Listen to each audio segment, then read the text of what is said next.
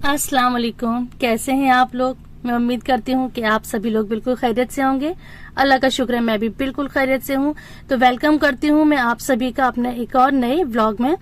तो ये सुबह का टाइम है, मैं अभी यहाँ पर नहा धोकर फ्रेश हो गई हूँ क्योंकि आज दिन है फ्राइडे। तो आज मैंने काम बाद में करूंगी, पहले मैं नहाकर बिल्कुल फ्रेश हो गई हूँ। वरना डेली क्या होता है कि मैं पहले काम कर लेती हूँ, फिर उसके बाद नहा के सुकून से बैठती हूँ। लेकिन आज मेरा दिल था क्योंकि आज मुझे मतलब जोहर से पहले कुरान पढ़ना है। वैसे अल्हम्दुलिल्लाह मैं रोज पढ़ती हूँ, लेकिन नमाज के बाद नहाने के बाद पढ़ती हूँ। लेकिन आज मुझे ज्यादा पढ़ना होता है, कुछ सूरतें मुझे एक्स्ट्रा पढ़नी होती हैं जुमे में, तो मैं पहले कुरान पढ़ूंगी। तो इसलिए मैं नहा धोकर फ्रेश हो गई हूँ, उसके बाद मैं घर के काम करूंगी।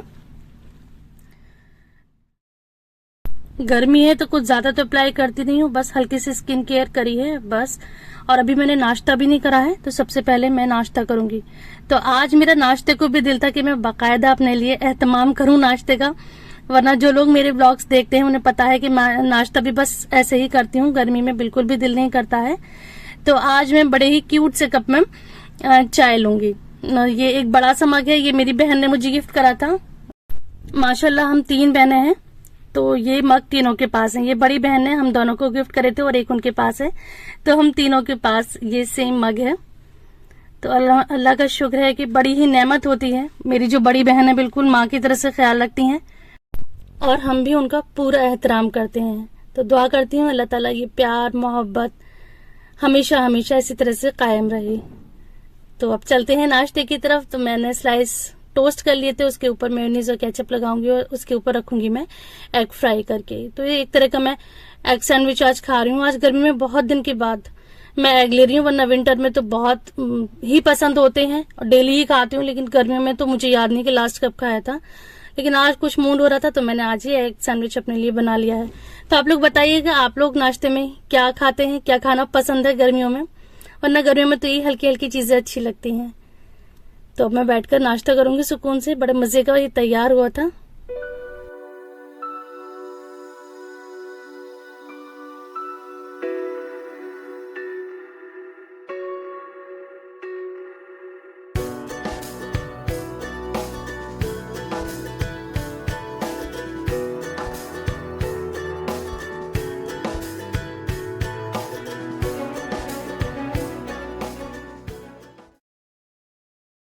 बहुत दिन से मैं आमी का इंतजार कर रही थी कि घर में आमी आए और मैं इसकी रेसिपीज बनाऊं। मेरे घर लौंजी मुरब्बा और अचार बनता है, और इस बार मैं इसका शरबत भी बनाऊंगी जिसे पन्ना कहते हैं। तो हम इसे आमी कहते हैं, बहुत से लोग इसको कैरी कहते हैं, कोई कच्चा आम कहता है, लेकिन हमारे यहाँ पर इसको आमी कहा जाता है। तो अभी मैं इसको धोकर रख दूंगी, अच्छी तरह से धोकर साफ करके रख दूंगी। फिर नमाज कुरान शरीफ से फारिग होकर लंच करने के बाद फिर सुकून से मैं देखती हूँ कि इसका मुझे आज क्या करना है, क्योंकि अभी तो ये सुबह का काम टाइम है और भी सुबह के काम भी चल रहे हैं, घर की सफाई भी चल रही है और मुझे पहले लंच तैयार करना है, उसके बाद फिर मैं इसका देखती हूँ। तो साथ साथ घर की सफाइयाँ चल रही हैं। आजकल इतनी ज्यादा आंधी है, उसके साथ इतनी धूल मिट्टी आती है कि रोजाना इतनी डस्टिंग होती है, बहुत ज्यादा। बिल्कुल पूरा पोर्शन धुलवाया भी जाता है, सफाइयाँ भी होती हैं, डस्टिंग भी होती है, झाड़ू पोंछे भी होते हैं। उसके बाद भी सुबह के टाइम तक, नेक्स्ट डे तक फिर से घर ऐसा मिट्टी मिट्टी किरकिरा सा हो जाता है। तो क्या आपके यहाँ भी ऐसी ही धूल भरी आंधियां चल रही हैं? मुझे बहुत अच्छा लगता है जब मेरे पास नए नए कमेंट्स आते हैं, तो मैं सोचती हूँ कि पता नहीं ये कमेंट जो आया है कहाँ से आया होगा, लोग कहाँ से मेरी वीडियो देख रहे हैं। अगर हो सके, अगर आप लोग कमेंट ना कर सके तो बस इतना लिख दिया करिए कि आप मेरी वीडियोस को किस जगह से देख रहे हैं, तो मुझे ना इससे बहुत ज्यादा खुशी होगी।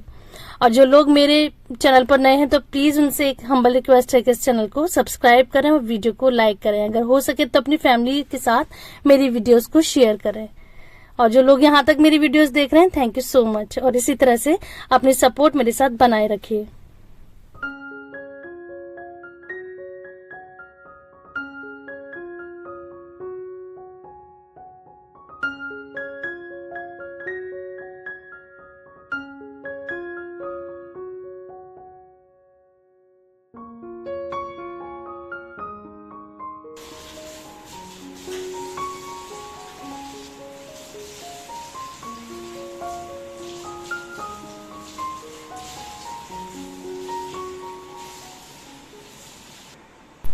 घर भी क्लीन हो गया है, किचन भी अच्छी तरह से क्लीन हो गया है।